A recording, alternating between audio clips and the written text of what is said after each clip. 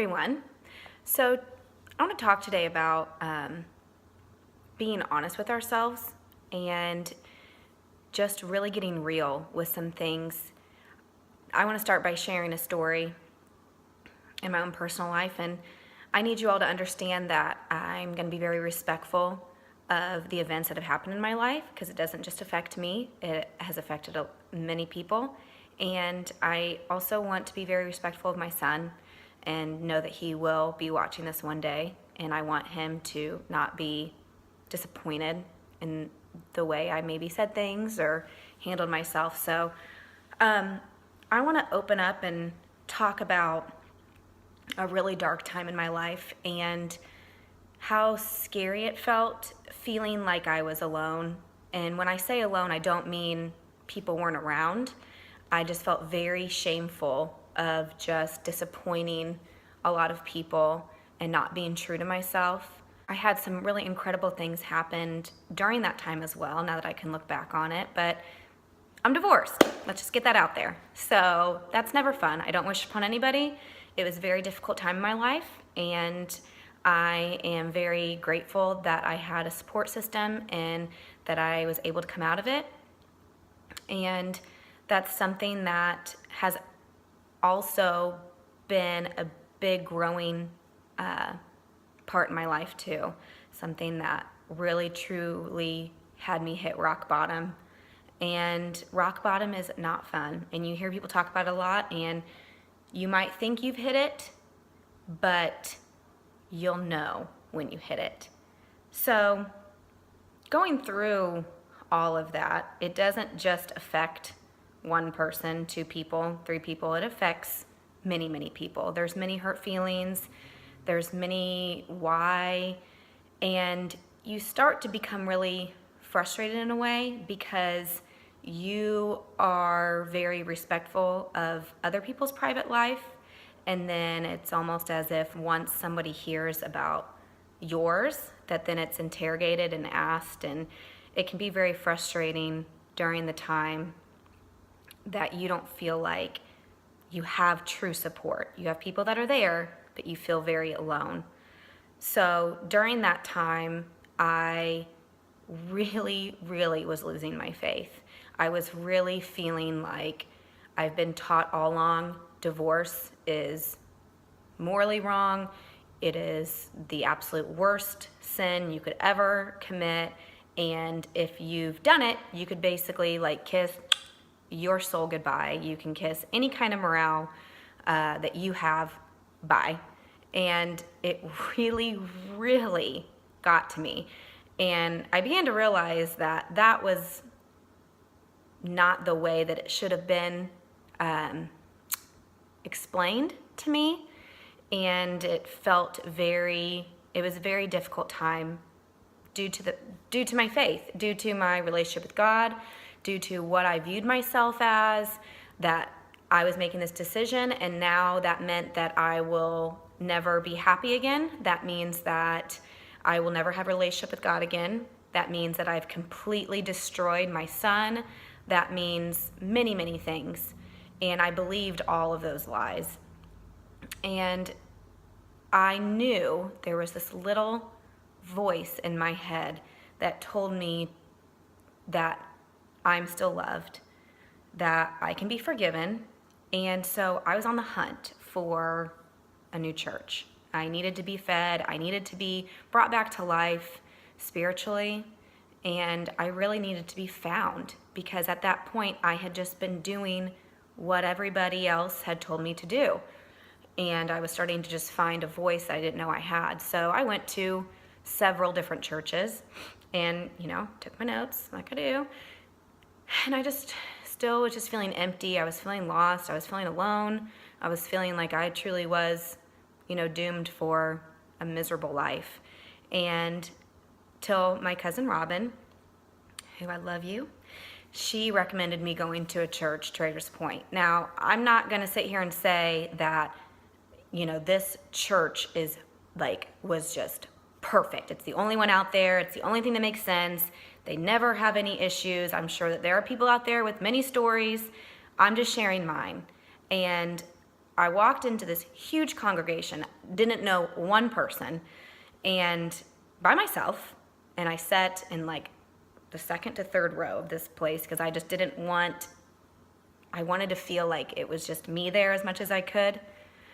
And how amazing that the sermon was on September 14th, and it was called Camouflage.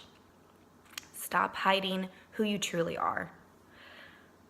That, to me, was God's way of taking him and wrapping him around me and telling me that you are broken, but I love you and I will hold you together.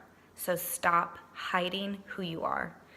And it was also funny to me because the series was talking about social media and how it's a self-market and how it's a self-management and how you put out only what you want people to see, but to start getting real with yourself and to not believe that lie that you are creating for everybody else. Don't make that be true.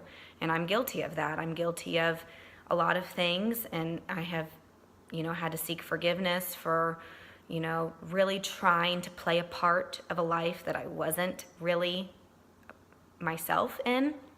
And so this started to unleash just this confidence, and this like little bit of light started coming back into my darkness. And I left there feeling like there was hope finally. A lot of people will say things like they believe in universal energy.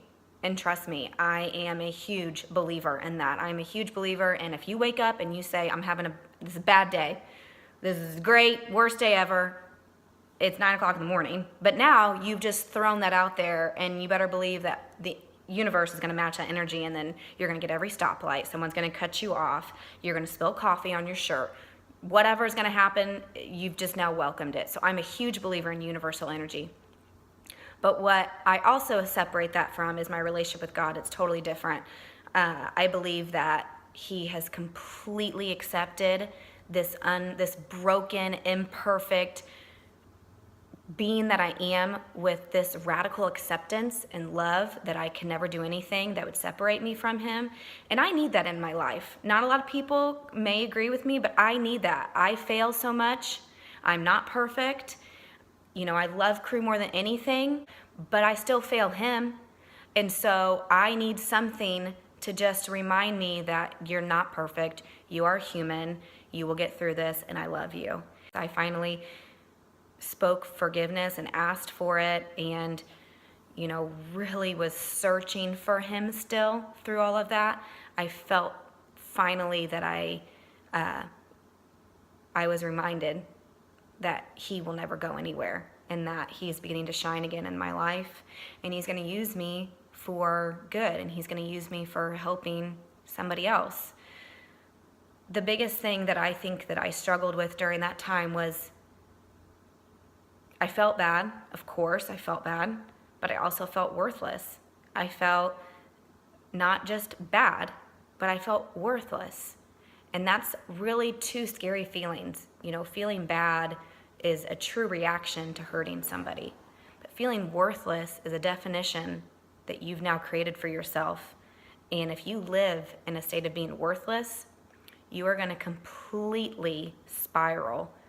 I was down to 95 pounds, I believe. Nothing that I ever did I felt like was good enough. Even at my job, I felt like I would do someone's hair, but I was just like, there's someone better out there. I can't believe they're paying me to take care of them. I'm worthless. I'm an awful person, and I'm defined by this, and I will forever be defined by this, and I will never see the light again.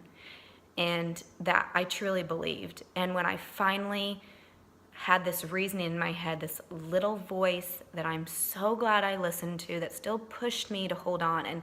And quite frankly, you guys, I really think that little voice was Crew. I sometimes get scared and wondering if I didn't have him, if I would have ever had that voice show up. But I knew that I was going to figure out a way to be better, to find myself again for his sake. And I'm very, very fortunate that those years he has no memory of. I am very fortunate. And I know with that does come other struggles, but who I am now and who I was then are two totally different people. And so I thank God every day for that. What I really want to express by sharing this story is, yeah, you might feel bad, but you are not worthless. You are not worthless. Everyone knows there is a difference between feeling bad and feeling worthless and believing that you are worthless. It is a totally normal human response to feel bad for hurting somebody, for not being there for someone when you maybe said you would be there, for disappointing somebody, for any of those things. That is a very natural, normal feeling. And that's a place that once you express that and you have asked for forgiveness, that feeling of bad should be replaced with a feeling of, I'm going to be better. I'm going to heal. I'm not going to disappoint that person again, or I'm not going to make that same mistake again twice. I'm going to grow from that. But when you live in worthlessness, it's a true definition of who you think you are.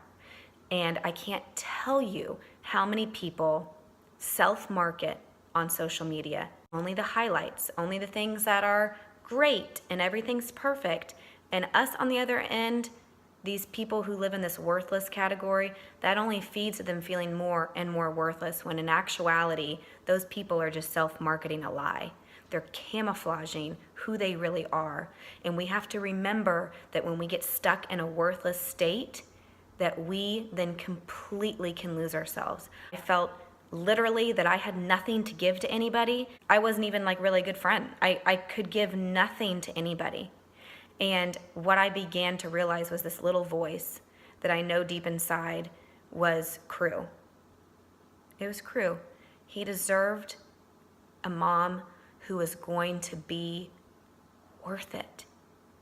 And it dug me out of this trench that I was in, and it began helping me put pieces back in my life. How do I start to not feel worthless? How do I get to the point of feeling whole again? What can I learn from this? How can I grow? How can I be better? And I'm here to tell you that when you invest in yourself and you invest in your soul, in your faith, in nothing but good can come of that. Whether it is the universe you believe in or God, whatever it is you believe in, if you invest in a higher power, something that can truly bring you out of a worthless state, you will just soar in your life. And you will begin teaching people things that you didn't realize that you were able to teach. The same people who are self-marketing themselves on Facebook are now coming to your doorstep and asking for help. And you're realizing, oh my gosh, it's not just me. I'm not alone. I'm not the only imperfect person out there. I'm not the only person who has disappointed others. And so my message for you guys is to really find a way to love yourself enough to know that you're worth it. And if you don't feel that you're worth it, just remember that there's other people in your life who know that you are, and that you owe it to them to get yourself better again, to shine again, to just be that light, to be that hope for somebody. There might be somebody going through the exact same situation that you just went through. Maybe they're going to go through it here in a couple months, and they don't have those people. They don't have a crew to get them out of the trench. They have you, and you're the only one that's going to be able to save that person. So really, you guys, remember that you are loved, you are loved, you are loved, and you are never worthless. No matter how big you fail in this life, I'm here to prove it. I do not feel worthless anymore. It's in our most painful times in our life that we grow the most. And that is something that I will hit home with so many times. I have so many painful stories that I could have sat there and wept and moaned and just said, well, that's it, I'm done. But instead, I just really pushed through, and I tried every opportunity I could to grow through it. And when I finally came out the other side, the joy that I felt was unlike anything that I've ever felt before. Just remember that there's always, always second chances in life.